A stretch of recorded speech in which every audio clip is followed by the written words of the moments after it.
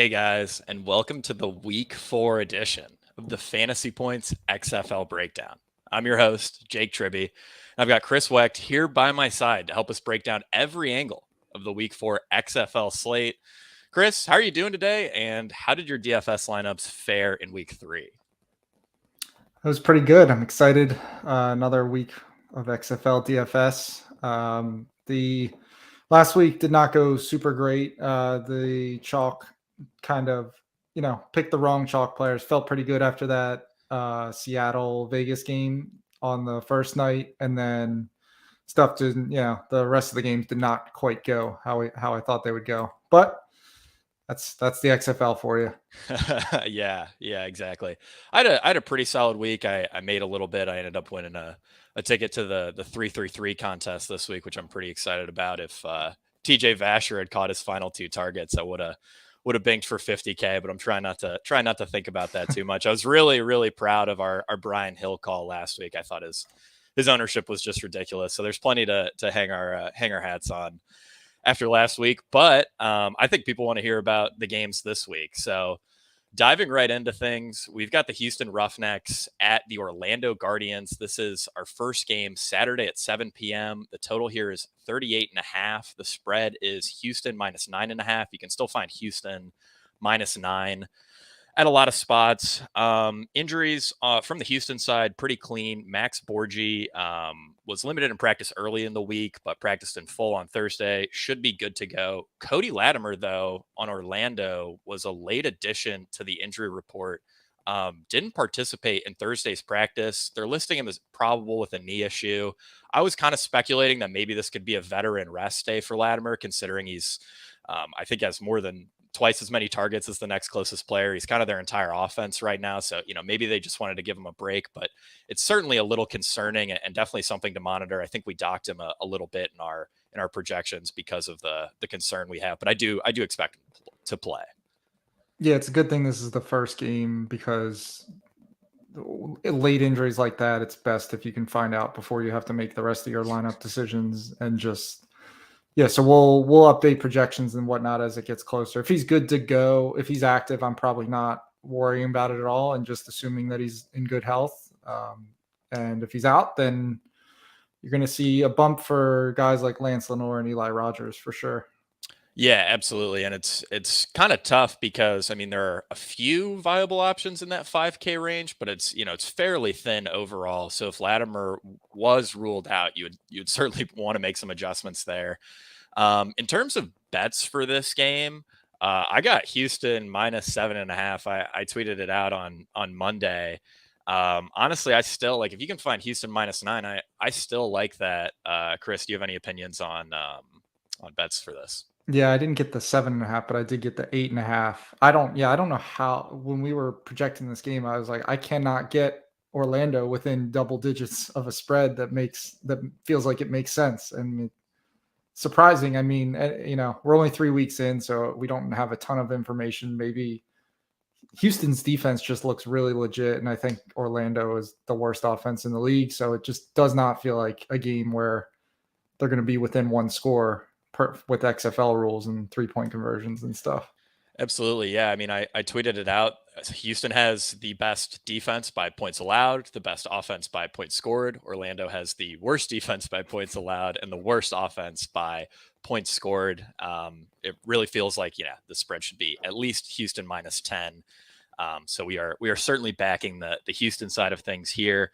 Diving into the Houston passing attack, kind of the same story as always. It's a prolific attack. Brandon Silvers looked awesome last week, especially in the first half. He had 225 passing yards and 3 touchdowns in the first half of last week's game.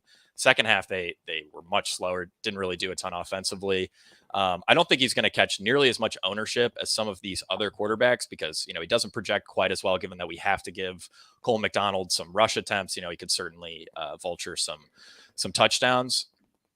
And when it comes to the wide receivers, the guys you're stacking Silvers with, it seems pretty straightforward. Burnett and Kirkland on the high end, and then you got guys like Travell Harris, who's a great salary saving option, and then maybe you could dip your toes into people like Cedric Byrd or even Justin Smith. I'm curious, how you're going to play this Houston passing attack.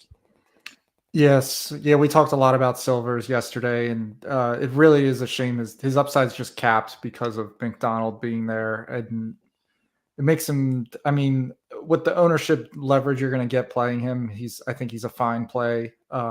But he's the type of quarterback that, if he ever does get to a point where he's more popular, I'm probably out on him. But this does not look like it's going to be one of those weeks.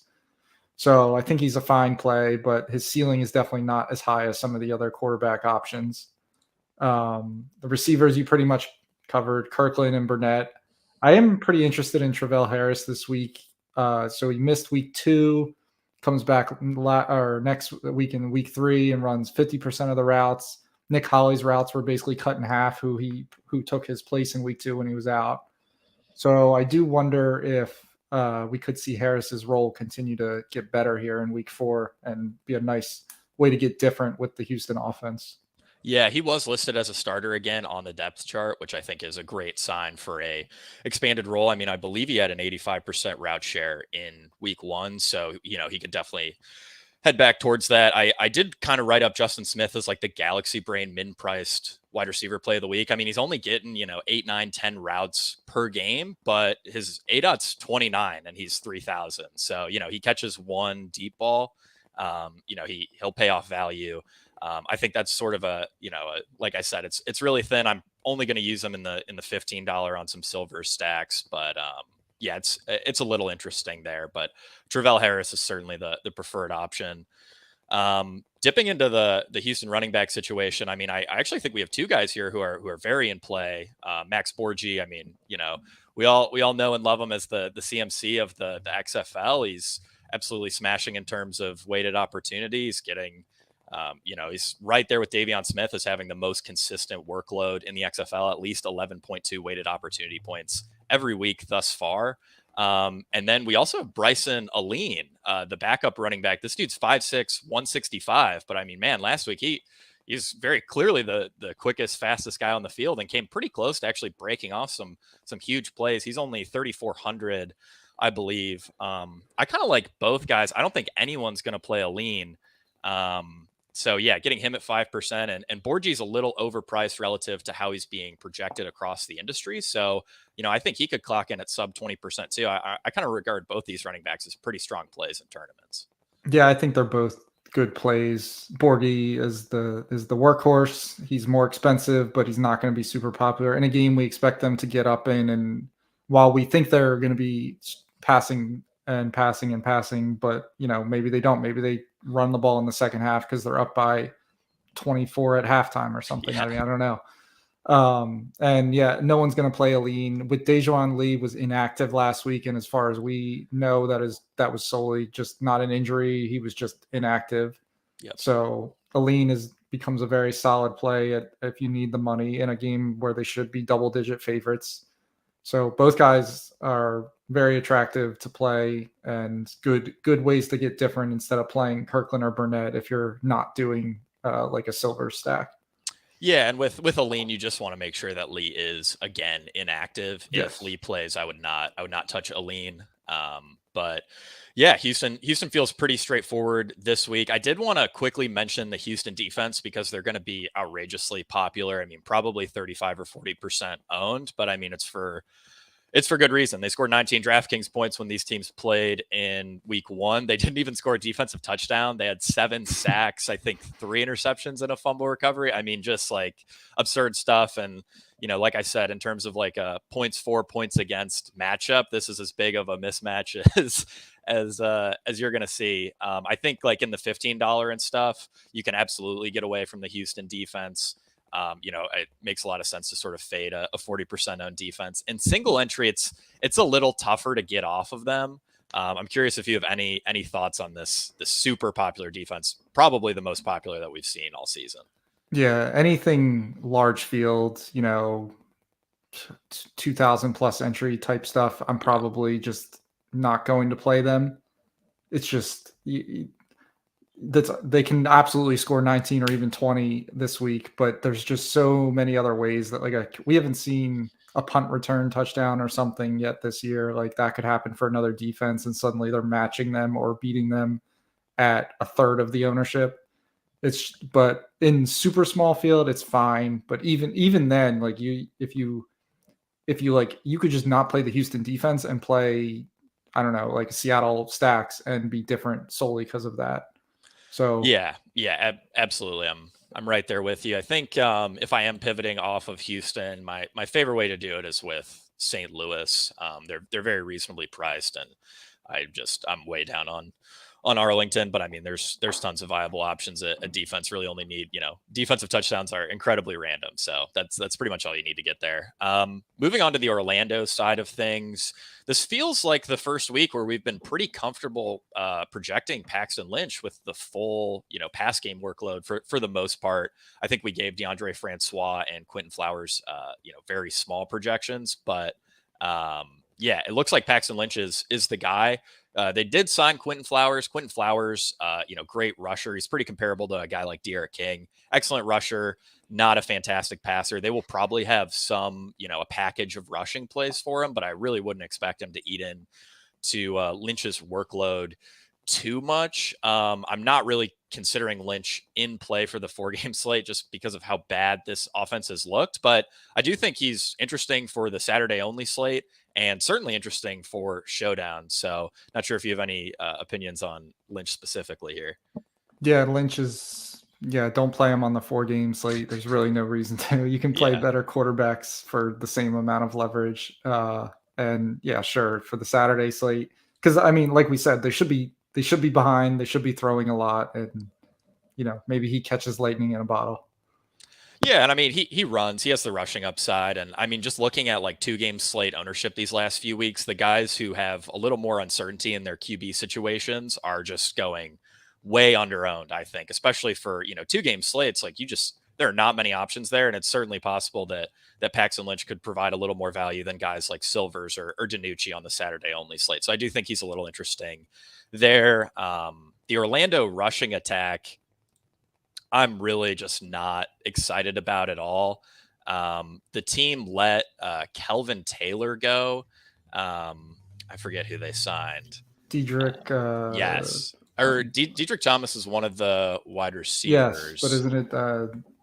He's also a backup running back. Devin Darrington, that's what it is. Devin Darrington, that's who it is. So we're projecting Devin Darrington to fill in that Kelvin Taylor role.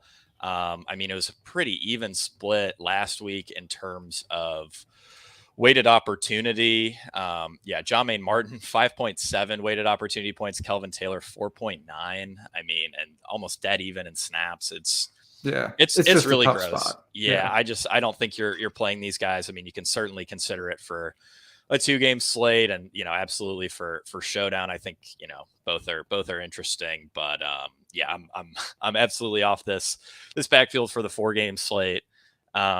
The pass game options though are we have 3 guys that actually project as pretty strong values for Orlando in Cody Latimer. I mean, the offense kind of starts and ends with him, especially in the red zone.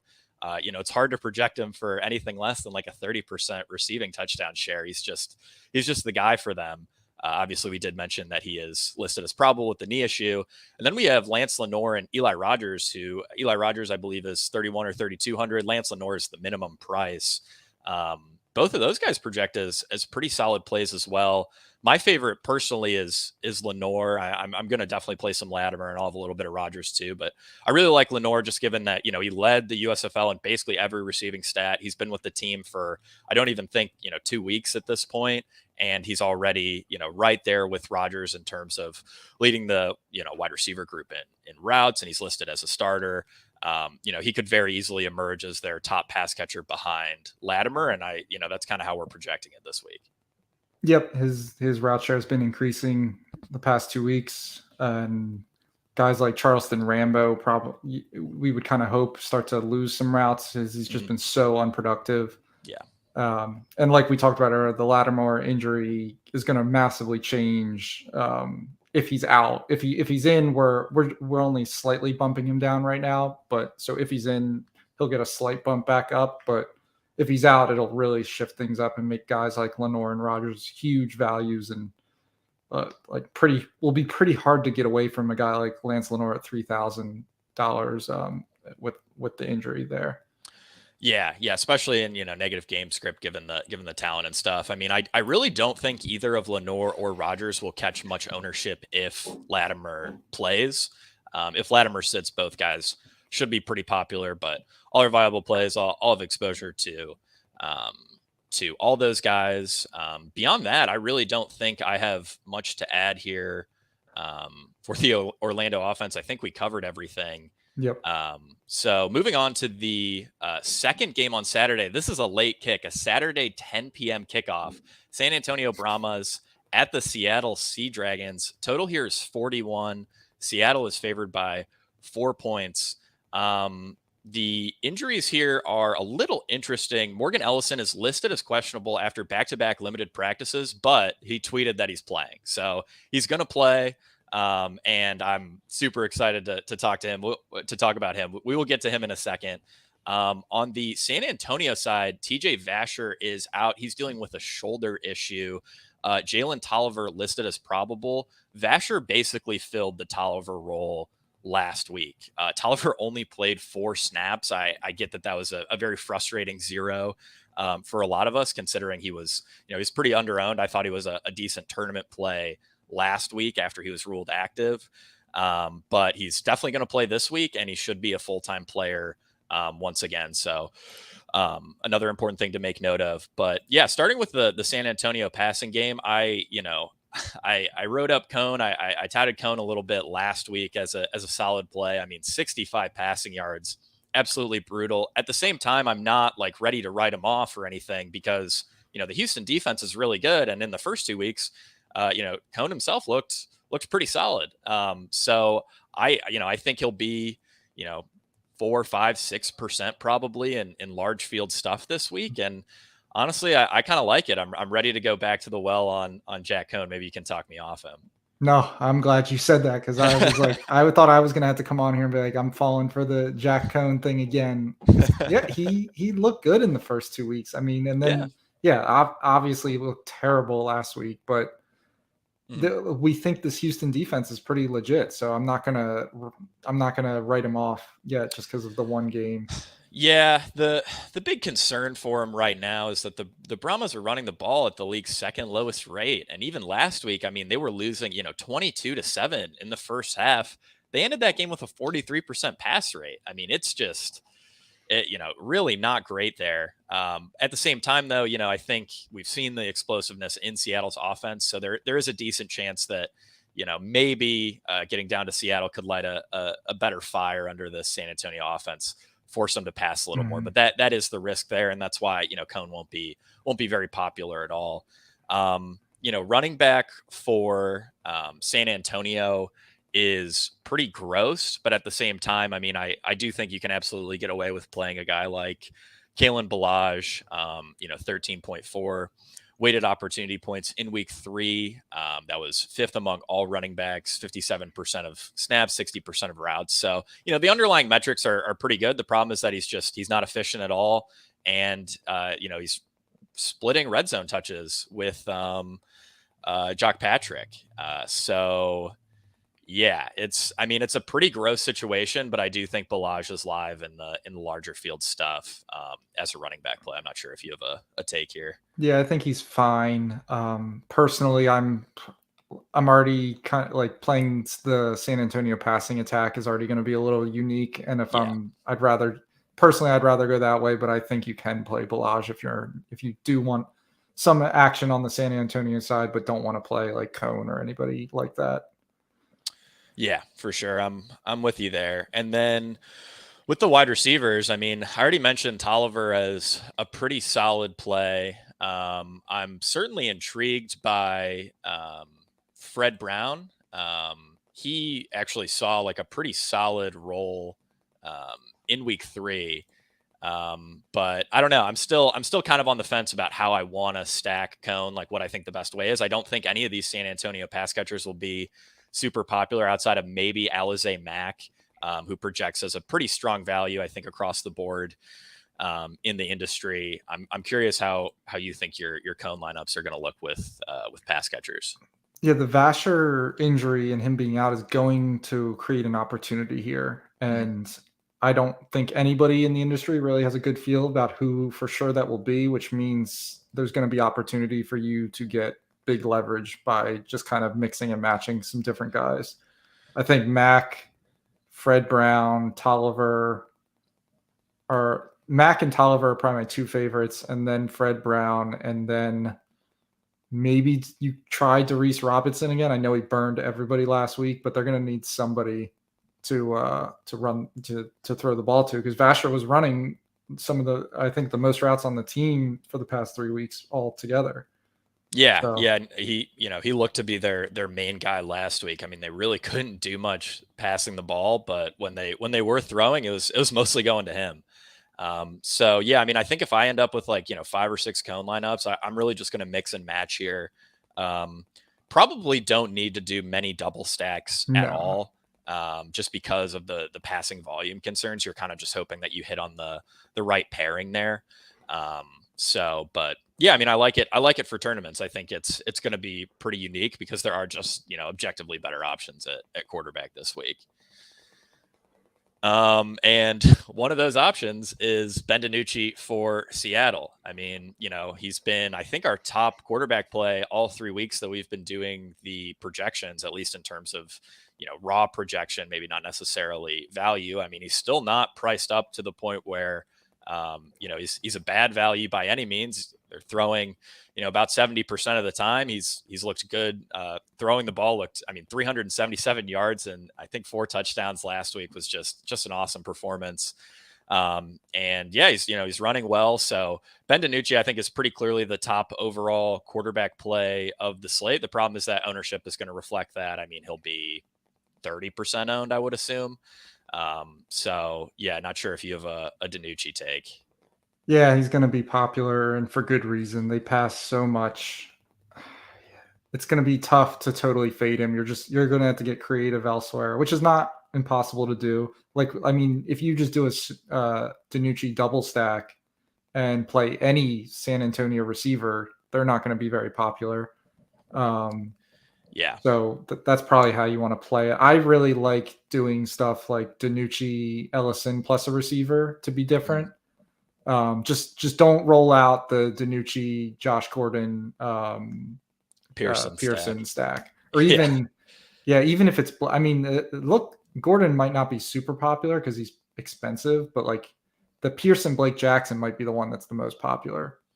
Yeah, Jordan VC is the guy that I'd want to work in the most, I think, to keep those lineups unique. But I really like your note on just, you can double stack and use, Gordon, Pearson, Blake Jackson, but just run it back with a San Antonio player because they're just not going to be very popular across the board. So that's a pretty solid way to keep things unique here. I guess Jawan Green would also be a little bit in play for Seattle as a super low owned DiNucci pairing. But the guy that I'm really excited about on the Seattle side is Morgan Ellison. I mean, last week he had the first 100-yard rushing game in XFL history. He just looked so good as a runner. I think I noted during the week 3 preview show that, Cody Main from Establish the Run tweeted out prior to week 3 that Seattle was throwing the ball 90% of the time inside the 10-yard line. Well, Morgan Ellison was averaging 7.5 yards per carry before his injury. He ripped off a ton of big runs, and there was one drive in particular where they get inside the 10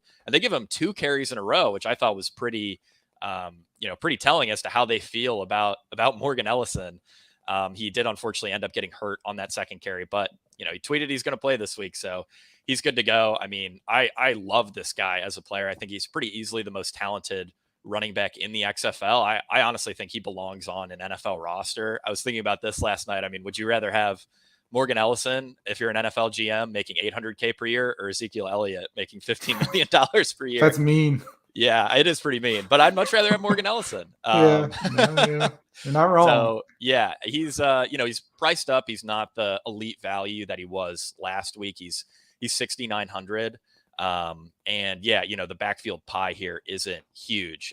Seattle is one of the least valuable backfields in the XFL measured by weighted opportunity. So, even if he plays 80% of snaps, there's certainly still a risk that he doesn't, absolutely smash just because this backfield doesn't have great touchdown equity. But again, I think they trust him so much that the backfield probably has better touchdown equity than, previous week stats are giving it credit for. Yeah, and you're just betting on them being a good offense, which I think we can rely on them to at least move the ball and see what they can do in the red zone. So yep, I think he's an awesome play, especially if he comes in not nearly as popular as some of these other running backs. Yeah, and I don't think he will. I mean, I think people are really like, especially in XFL, just given that there's sort of an information void. People are really scared of questionable tags, like when they're clicking names on DraftKings, and you don't really see that in a sport like NFL, where we all know we're getting the exact news that we need at 11:30 before kickoff. So yeah, I think Ellison will go way under owned because he's listed as questionable. And that just makes me want to play him way more. And if somehow, I mean, I don't think it's going to happen, but if somehow he's ruled out, I mean, the pivot is so easy. You just play Brian Hill in the next game. He's $300 less. So I'm more than fine, putting Ellison on all my, all the rosters that I submit at initial lock. I think, perfectly fine. And, he's an interesting way to gain some leverage off of those Seattle pass catchers, because maybe, Seattle scores 4 touchdowns and, he's 2 of them. And in that case, he's probably going to be a better play than some of these Seattle wide receivers. So yep. I think we both really like Ellison. I don't think we didn't talk about any bets for this game. Honestly, I don't really have anything here. I think the spread and total are pretty on point. So I'm not sure if you wanted to add anything, but I don't have an angle. Yeah, nothing.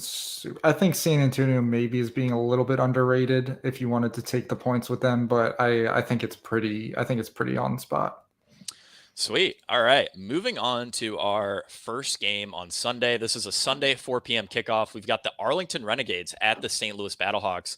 This is the Battlehawks' first game of the season at home. They've sold over 30,000 tickets for this game. I mean, St. Louis just desperately wants a professional football team. These fans are, I'm assuming, still pretty salty about the Rams leaving. So they're going to show out for the Battlehawks. And yeah, St. Louis is probably the only team that will have a crowd that actually rivals the DC atmosphere. So they do have a decent home field advantage, I believe. Total here is 36.5. St. Louis favored by 4 points. Injuries. Marcel Aitman was placed on IR, so that certainly opens things up a bit on the St. Louis side of things. I know we'll talk about the implications here in a minute. Hakeem Butler, Stephen Mitchell, and Brian Hill were all limited in practice this week. All should play. Stephen Mitchell is one of the ancillary wide receivers for St. Louis. He's really only notable for showdown purposes. Chris, do you like any bets here? I haven't bet it personally, but I kind of like St. Louis -4. I mean, I think you could argue St. Louis should be as much as a 5 or 6 point favorite here. I kind of think Arlington's a disaster. Yeah, I don't have a strong lean either way, but if I had to pick a side, it would be the St. Louis side.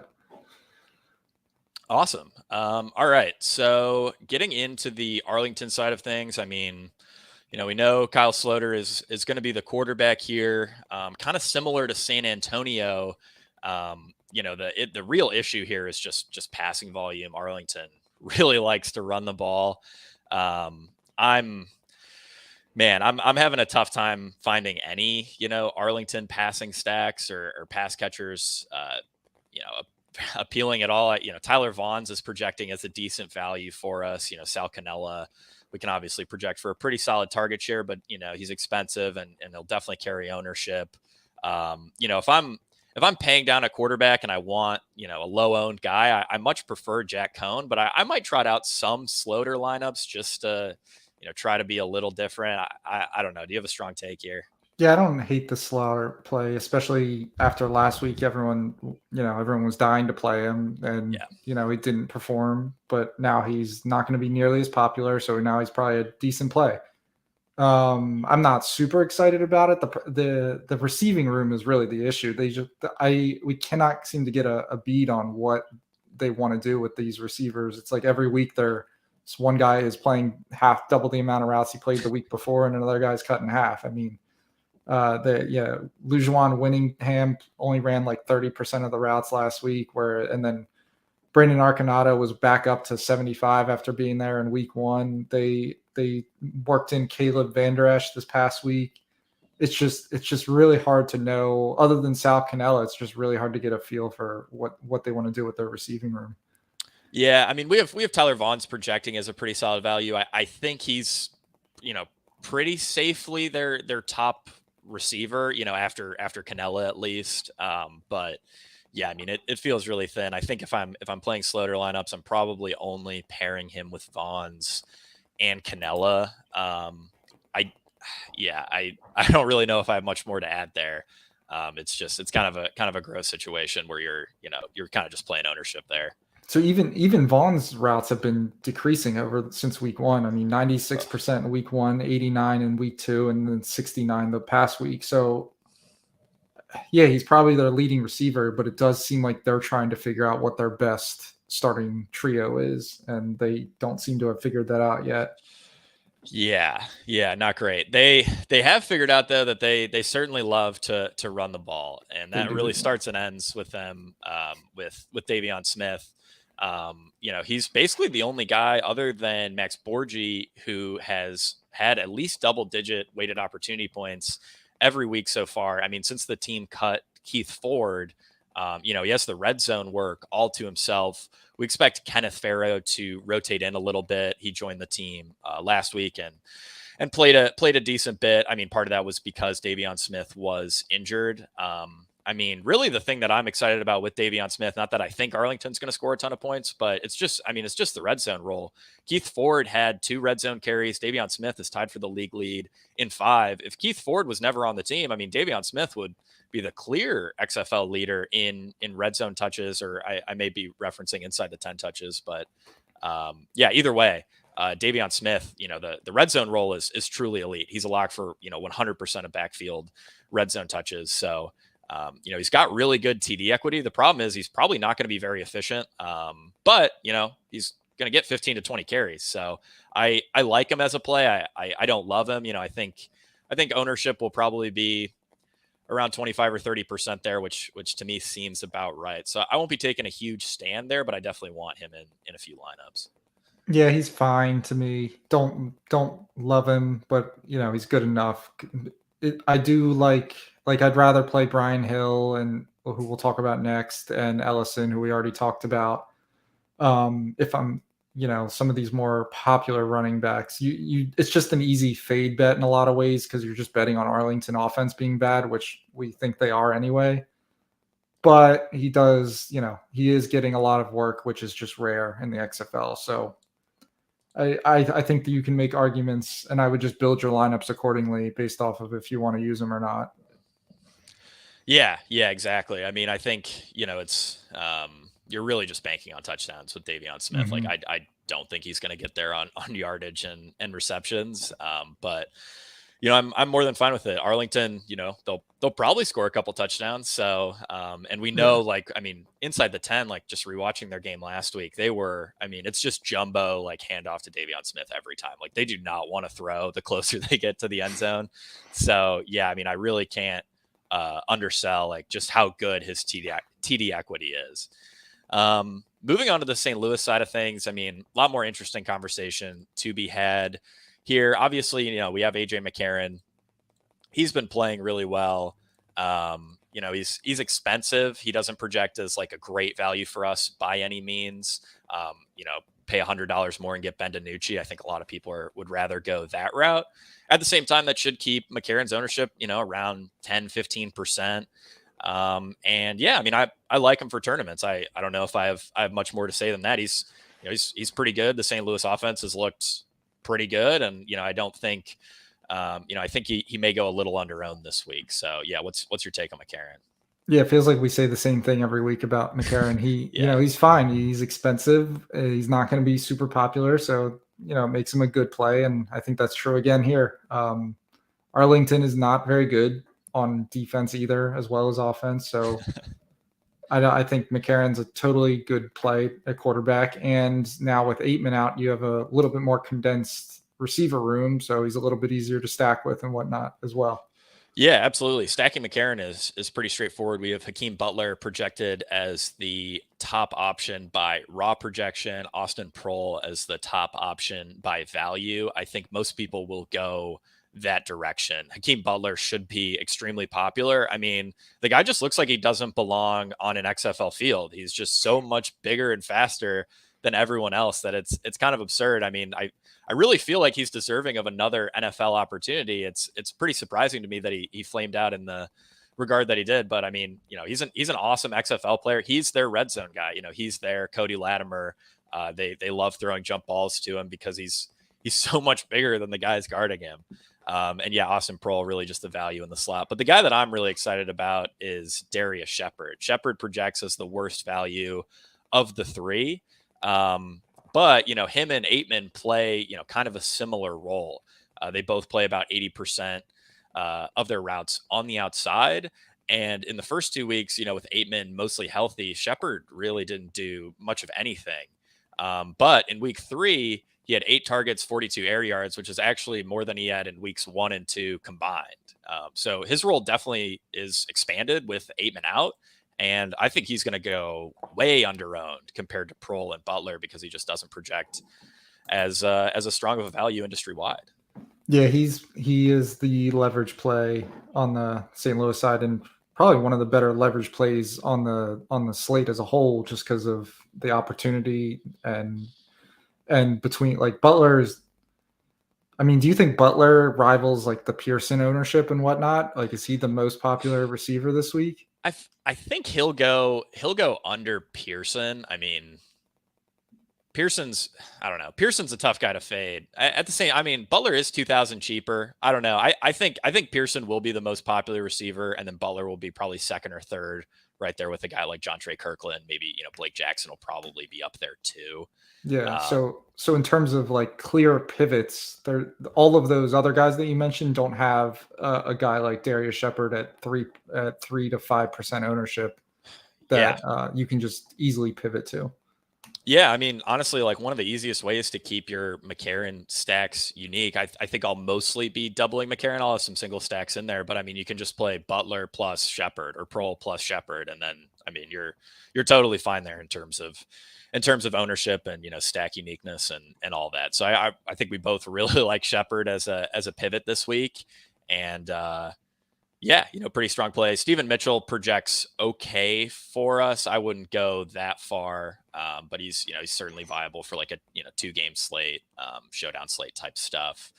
The really interesting conversation I think is on running back here, because we have Brian Hill as clearly the best running back play of the slate in our projections. I wrote him up, and in the TLDR, I have tier 1 and tier 2. Brian Hill was my only running back in tier 1 this week.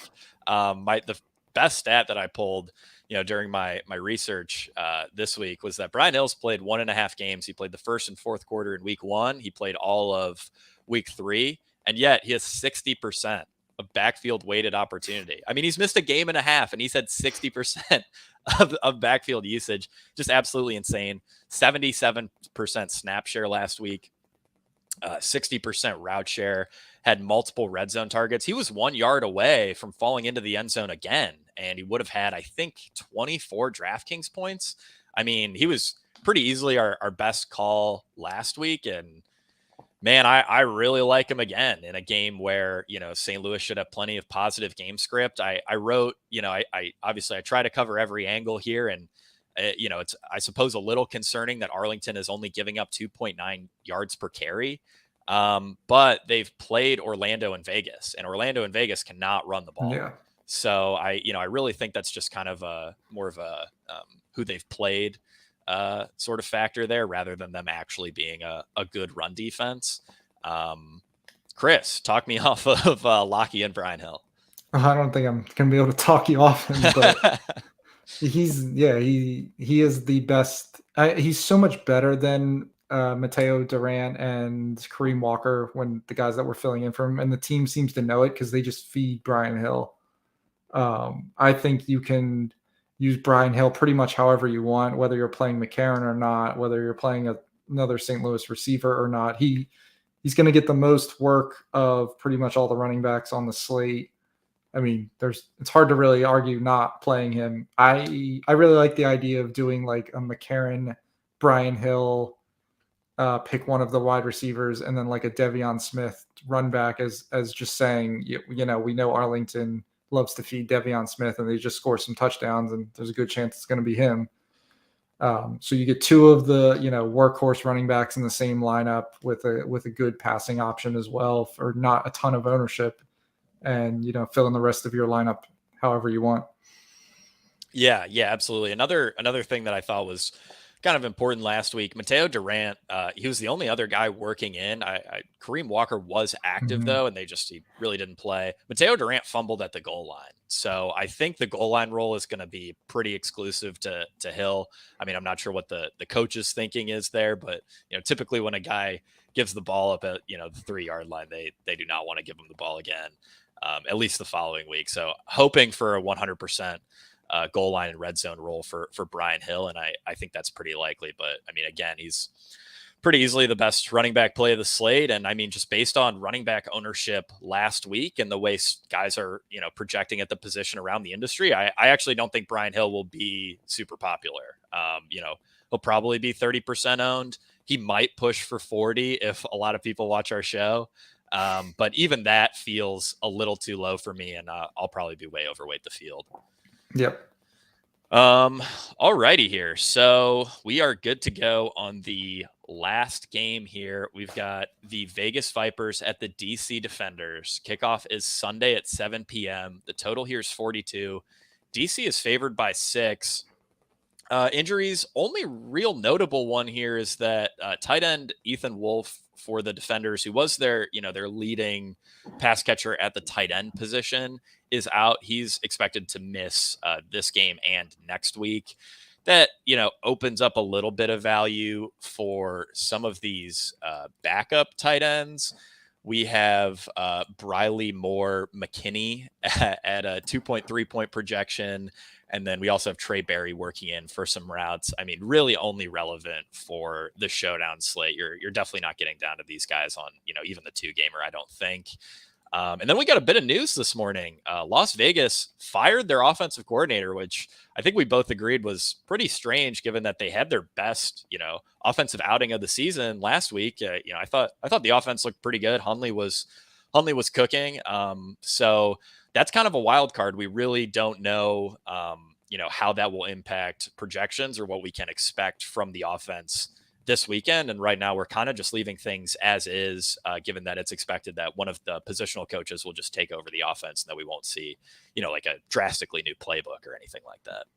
Yeah, they're not going to be able to. It's really just the only thing that's really probably going to change is just like how often do they run the ball, situational football stuff, like when they're choosing to run and pass and stuff like that. And there's just not a great way for us to know that. We'll be on the lookout though for, I'm sure something will be announced about who's taking over, and maybe we can do some digging on what that guy has done in his previous coaching career.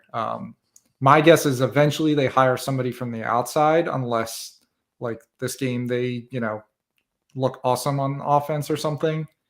But we'll stay tuned for more info on that.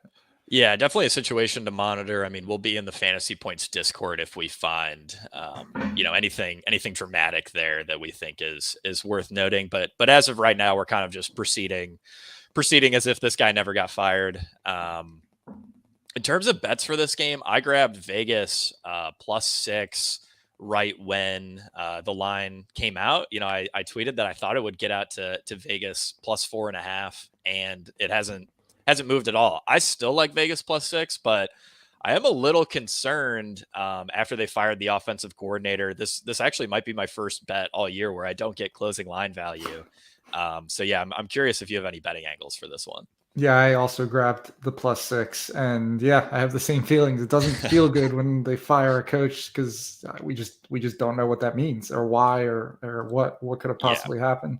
To be fair though, I mean, Vegas +6 feels like the right line if Luis Perez was going to play every snap. With Hundley at quarterback, I mean, I think internally we have this game much closer to Vegas +2. Mm-hmm. So, and that, that feels right to me, given that, I mean, Hundley looks really good. I think he's pretty clearly one of the best quarterbacks in the league. He looks like a fringe NFL guy. So yeah, I I do really like Vegas +6, but I think we're both a little uneasy given that we haven't seen any good line movement and they let a coach go. Yeah. All right, moving to the Vegas offense side of things. I mean, Hundley's a really good play. I think that's last week we saw, a really solid ownership discount on him. I thought he was a great play last week. I have pretty similar feelings this week. I think DiNucci soaks up the vast majority of quarterback ownership, or I should probably say the vast plurality. So that should open up, Hundley probably around between 15 and 20%, I would guess. And I'm very willing to play him. I mean, he had around 65 rushing yards last week, looked really good as a passer, and stacking him is pretty straightforward. You use Jeff Badet and you mix in some Geronimo Allison and Martavis Bryant. What are your thoughts on the Vegas passing game? Yeah, they've really jacked up his price. He's 10,000 this week. Yeah. But that's going to keep his ownership in check, like you said. And yeah, you play him with Jeff Badet and you kind of figure it out from there. I like him as a play. He'll probably, man, I wish they didn't fire their OC. He probably was my favorite QB on the slate pre-firing, and I don't know. I haven't quite made up my mind yet if I'm going to let that really affect what I think about their offense or not. But yeah, he was my favorite QB of the slate, just given the price and the ownership and projection. And I don't think we can really kill him for the OC being fired. He runs a lot. They should. DC is quietly putting up a good amount of points in their games, despite being a pretty run-heavy team. So I expect Hundley to have to put up points again. Probably won't see what we saw last week. That might not happen again with two teams going over 60 points total. Yeah. But yeah, Hundley's a good play. Badet is the main stacking partner, and they're both not going to be super popular. Yeah, Sinkay Sweeting and Matthew Sexton are both like somewhat interesting as values. So it's pretty tough to fit in like Hundley, Badet plus Bryant. That definitely puts a bit of strain on your salary remaining. So I think both of those guys you can work in there. But I mean, I do really like both Martavis Bryant and Geronimo Allison as tournament plays, because I mean they haven't done anything yet, but they're running routes. They have the NFL pedigree. They're obviously talented enough to have a big game. It kind of feels like just a matter of time for both those guys. So I'll certainly be mixing them into my Hundley lineups, and I'm kind of with you overall. Like I don't think Hundley's my favorite quarterback for tournaments. I would give a lean to Brandon Silvers there, but I mean, he's still going to be up there for me. It's, it really is hard to dock him much for the OC change, especially just given, how good he looked last week. The rushing attack here, I mean, I really don't think we have to spend a whole lot of time on this.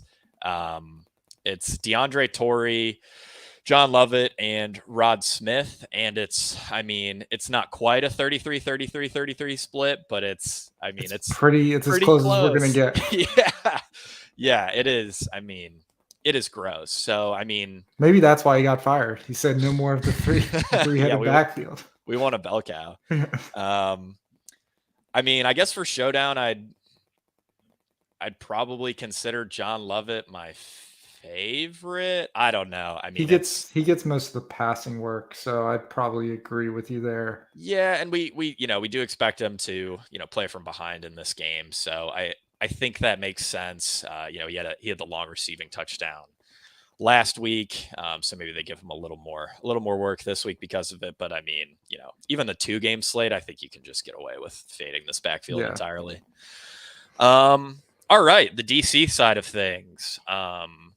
Starts and ends with the quarterback situation. Jordan Ta'amu and De'Aaron King, still rotating. We haven't seen De'Aaron King's snaps creep up, kind of like I was hoping they would. So we are projecting Ta'amu for, the vast majority of the passing work and, even more rushing work than De'Aaron King. I mean, Ta'amu is running a ton. He's tied for the league lead in carries inside the 10-yard line, right there with Davion Smith. I don't think I'm going to play any Ta'amu for the 4-game slate. It still feels thin, especially considering, he's super streaky. So he could come out really cold and we could just see De'Aaron King play an entire half, even 3/4 of the game. But I think for the 2-game slate and obviously Showdown, Ta'amu is super interesting. I mean, last week on the 3-game Sunday slate, Teamu was like 1% or 2%. I mean, just way under owned.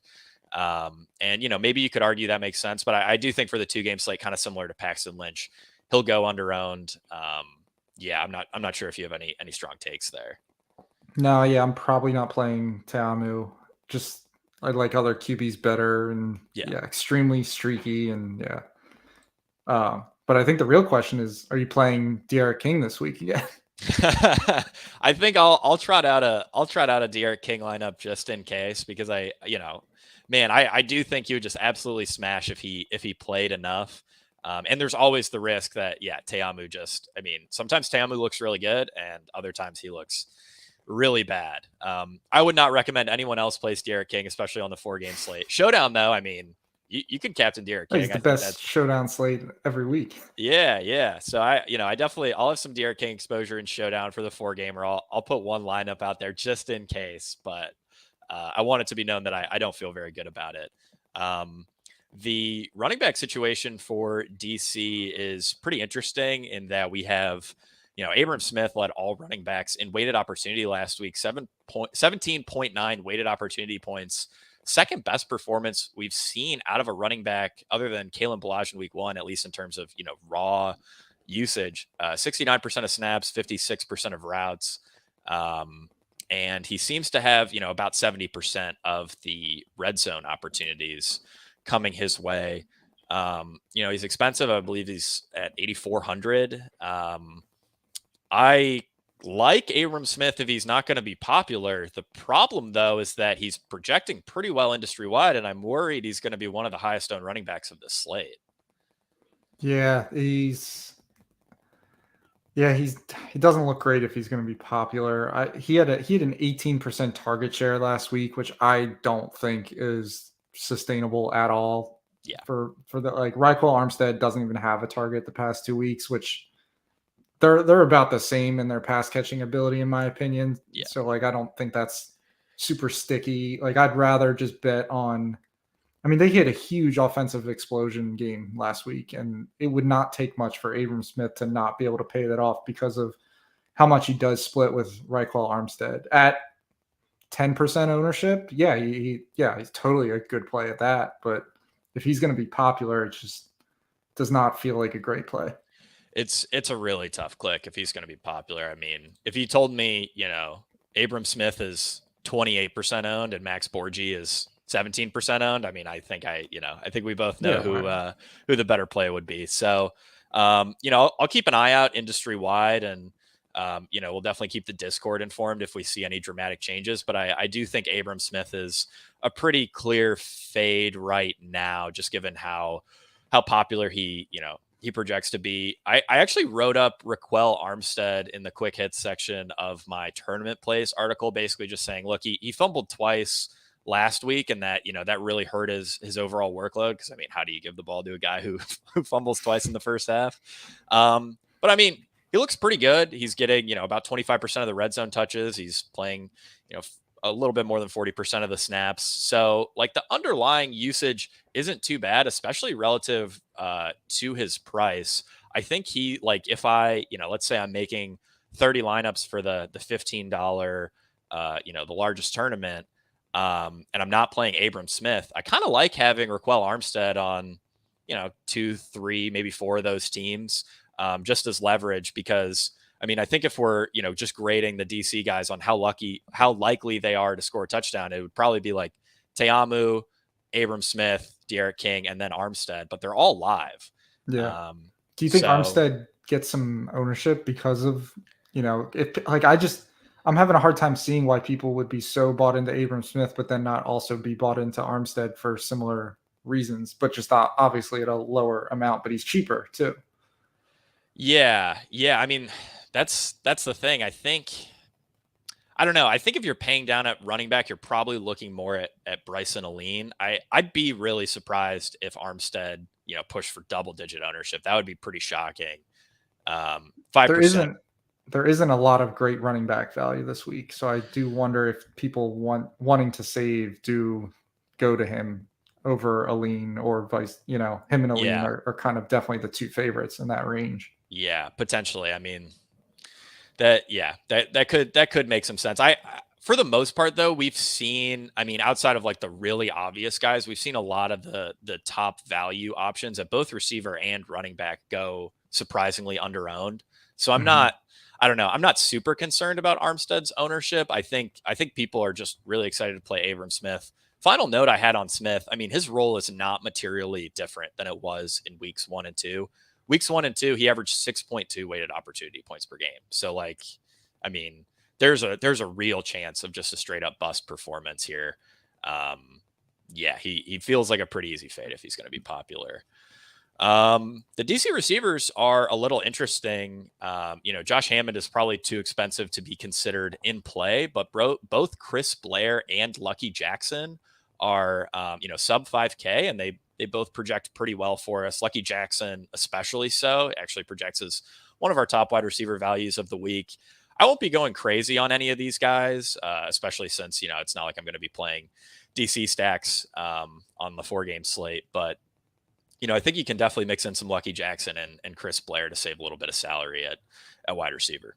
Yeah, I really like Lucky Jackson this week. I don't know. I don't think I'll go crazy, but I definitely will get, if he comes in the 20% range, I feel like I'll definitely be over that. Nothing too way over, but I think definitely over that. With Ethan Wolf out, I mean, he had like um, he's had like a 20, 14, 13% target share each of the past 3 weeks. That's a good chunk of targets that opens up even if they don't throw a lot. And Lucky Jackson, I mean, he hit his season high 32% this past week. So I think he's a pretty solid. Usually I wouldn't be super into a DC piece, but because of the Abram Smith ownership, the Ethan Wolf injury, I think it makes a really nice leverage play in a way to get some solid value, a good salary saver and leverage at the same time. Yeah, this DC offense feels pretty easy to ignore for fantasy purposes, just given that, we have these juicy like passing games, Houston, Seattle, even St. Louis. At the same time, though, I mean, they have the highest implied team total of the week. Like you definitely want some Mm-hmm. pieces from this game. And everyone's going to play Abram Smith. So, I mean, yeah, getting pretty much anyone else, I think will be fairly unique. I mean, Lucky Jackson will be decently popular, but I'm more than fine with his ownership. Unless you have anything to add on DC, I'd like to wrap things up with some macro slate thoughts for the last few minutes here. No, I think we're good. Yeah, Chris Blair it would be the other option. Just Yeah. he's Lucky Jackson with just a slight knock on him, but he's going to be very unowned. So, but he also works. Yeah. So, I mean, I think we've covered a lot of, the stuff that I wanted to mention, over the course of our discussions here in terms of like overall slate wide thoughts when making lineups. I mean, I think I've mentioned this the last few weeks, but like I wouldn't use more than 2 running backs in any individual lineup, at least for, any like large tournaments. Maybe you could argue it's okay to use 3 running backs for super small field stuff. But I mean, these wide receivers are just posting way bigger scores. So, and we've seen the field adjust relatively well to that. Most people are playing 3 or 4 wide receivers in their lineups. At the same time, though, I do think there's some really awesome leverage to be had at the running back position, and it really starts and ends with Morgan Ellison there. And like I said earlier, I mean, the pivot is so easy if he somehow doesn't play, which he will. It's to Brian Hill. So yeah, not sure if you have any like overall roster construction thoughts, because I think running backs are just a really interesting leverage point this week. Yeah, I would agree with that. I think Vegas and kind of the industry as a whole has been underrating how many points can be scored in some of these games, and Yeah. we're slowly seeing the adjustment. I mean, week 1, I think pretty much every game was around 36 point over under total, and Mm-hmm. now this week we've got 2 games over 40, another one at 38 and a half. I think it's slowly starting to creep up as we see these offenses are able to put up points and be more aggressive than like what we saw in the USFL. And I feel like we've kind of talked about this every week now, but it does seem like game stacking is something you can do in the XFL. It's still not easy to hit get the right pieces because all these offenses are still figuring themselves out in terms of who they want out there the most. But I do think that is generally something you want to be doing. Yeah, I think you want to get pretty aggressive with game stacks. I mean, last week we saw a scoring explosion. I think we had three different games where there was pretty sizable amount of scoring there. Houston, San Antonio fell off a little bit, but at least their first half was pretty explosive. I mean, if you imagine a slate where, say, the Vegas Seattle game from last week happens and all the other games dud. I mean, if all your lineups played 4, 5, even 6 guys from that game, I mean, you're just going to smash. So, I think you can gain a ton of leverage with game stacks. And I mean, on some of these explosive passing offenses like Houston and Seattle, I actually think triple stacks are more than fine. Given the volume and how spread out, the target shares are, especially with Seattle. Um, so yeah. Oh, final thing I wanted to mention. We have seen a trend of like these value wide receivers going under owned, and I think it's probably been because there have been so many of them on a weekly basis. There's just always pretty solid value at wide receiver under 4K, and I mean all these guys like Roberson. I thought he was going to be really popular last week. I thought he was going to be 25% owned. He ended up being like 11% in the $15. And he was pretty clearly the best value play of the week. Obviously posted a 0. Unfortunately Not, for my lineups was not. yeah, no, it was not a great value play for our lineups. But I mean, just given like his projection relative to what he actually ended up, being owned in the $15, I thought, was a really telling sign that, people are just not really getting to these value guys as much as I thought they were. So, yeah, that's a decent way to keep your lineup somewhat unique. Is just playing these super cheap pass catchers who project as strong values, and for the most part, I think a lot of them have done all right, excluding of course Therese Robertson. So not sure if you have anything to add there.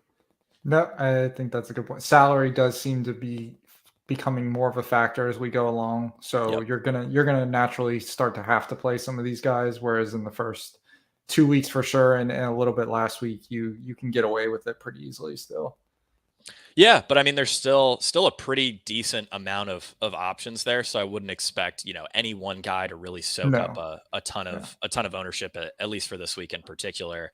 But yeah, I think that kind of summarizes our thoughts on the slate and some of these bets. So for myself, for Chris, for producer Sean behind the glass, thank you so much for watching the Week 4 Fantasy Points XFL breakdown, and I hope to see you guys at the top of the leaderboard.